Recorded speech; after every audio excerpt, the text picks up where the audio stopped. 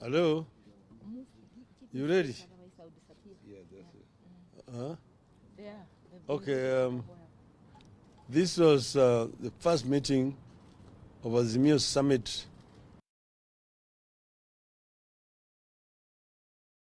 Azimio is all here, except Honorable Kalonzo Musyoka, who is out of the country. He's traveling to South Sudan today. That's why he's not here. There's been a lot of speculation in the media. Azimio is splitting. Azimio is convening meetings which have not been held, and so on and so forth. That is all trash, media propaganda.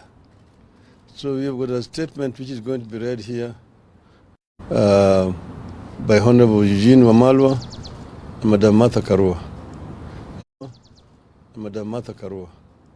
Eugene. Thank you.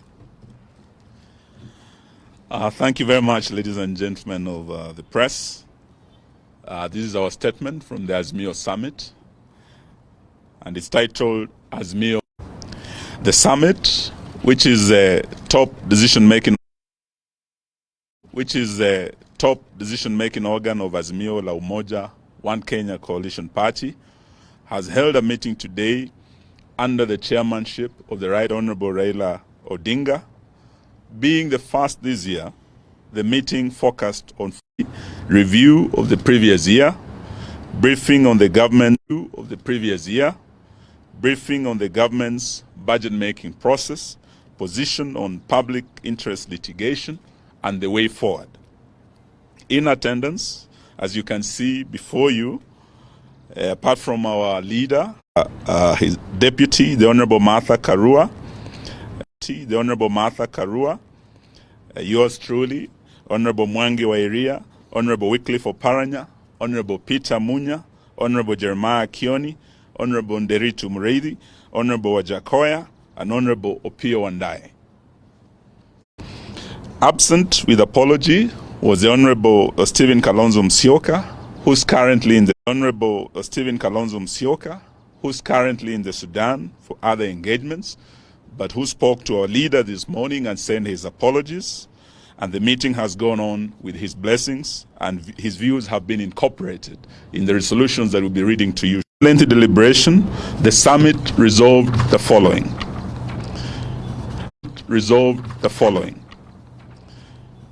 Azimio remains satisfied with its activities that were able to focus on the excesses of the Kenya Kwanza regime that has made life miserable for the greater majority of Kenyans. Steadfastness, the cost of living as a government-induced pain is understood to be a direct result of Ruto's policies and not only global environment or previous regime. So this is purely Ruto's failed, and it should not be blamed on any global environment, or Uhuru Kenyatta's regime almost 2 years later. The coalition is satisfied with the work of standing up for Kenyans and commits to continue holding the regime to account and put blame where it belongs on areas like the ever-rising taxes, the deteriorating relationship with our neighbors, the rampant corruption in government, the tribalism in public service, the deterioration of the Kenya shilling, and general deterioration of our economy. And not the people of Kenya are to blame for these misfortunes, that have ended up hurting innocent Kenyans. Azimio deeply regrets the loss of lives during the peaceful protests, continues to hold the government responsible for these needless deaths be in vain. The coalition has weathered several vigorous attempts by the Ruto administration to create disunity and splits in its ranks. Unity is an achievement the coalition will guard jealously to be able fighting for Kenyans as one united front. Because the coalition has been front, because the coalition has been able to stand up and stand together, Kenyans have regained their voice, their courage, and are standing up to the bullies in this regime. Kenyans standing up in very remote parts of the country to tell off the government on its lies, and its insensitivity to the people. We encourage Kenyans to continue manifesting courage and call out this regime. We will stand with all Kenyans expressing such determination to take back our country.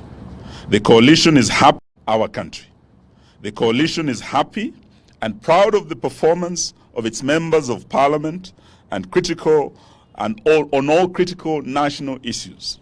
When it has mattered, even where the members have been outnumbered, they have expressed themselves on such issues as the Finance Act 2023, and Kenyans will remember that there were 88 loyal members of Azimio who stood with them, and there were 176 who voted yes, and that is why they are suffering today. Kenyans will also of Azimio legislators on the housing levy, on the deployment of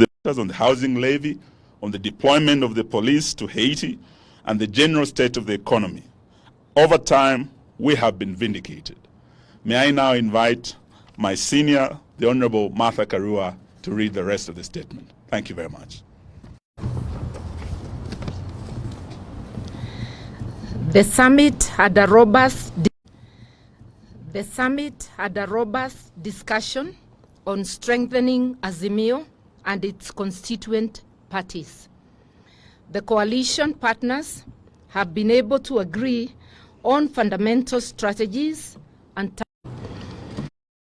we agreed that the coalition is only as strong as its constituent parties. The summit, therefore, reaffirmed its commitment to the renewal, strengthening of all the constituent parties through various activities, including members' recruitment drives, delegates' conferences, PGs, and NEC meetings. All constituent parties have committed to pursuing a course that addresses the challenges the country is going through, and that also help to advance and defend the gains of democracy. Azimio remains one and is here to stay, committed to shared values that include public participation, good governance, respect for the Constitution and rule of law, social justice, and non-discrimination. On public litigation, the summit that the cases coming up under public interest litigation address fundamental concerns in which Kenyans feel overlooked, mistreated, and ignored by a regime steeped in impunity. Some of the cases include the Jubilee Party case and the ruling by the Speaker of the National Assembly forming multiple parliamentary groups within this particular political party. This is a real threat to the foundations of our attempts to create a strong multi-party democracy. It threatens to return Kenya to a single-party era. The housing levy is a threat to livelihoods. The plan to unilaterally sell public assets without the participation of the owners, who are the people of Kenya. We will stand in solidarity with the petitioners in the public interest litigation cases on these issues. Azimio stands for the rule of law, and supports the need for an independent and professional judiciary. Subsequently, we demand that the Kenya Kwanza regime must keep its hands off the judiciary. We take note expressed by the United States government for the Ruto regime to appeal against the ruling on the deployment of police to Haiti. It is our hope this shall respect the independence of the judiciary and that foreign interests will keep off our national affairs. Azimio remains on the way forward. Azimio remains extremely disturbed by the worsening cost of living, the ever-rising, the collapsing national currency, the chaos in the education sector, the tribalism in public service, and the return of mega corruption. The summit has committed to seek other ways and means to press the regime to listen to the cries of the people. The litigation will only be one such avenue.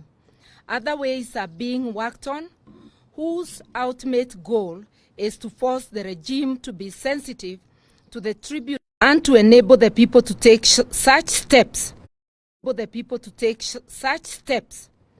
as they may deem necessary, remembering that they have the residual power and sovereignty for the people to be able to rid themselves of this yoke regime. Just like the donkey spoke to Balaam in the Bible, the donkey is now telling Zakayo, enough is enough. We thank you. Thank you very much. Asanteni sana. Thank you. Thank you very much. Thank you. Thank you very much.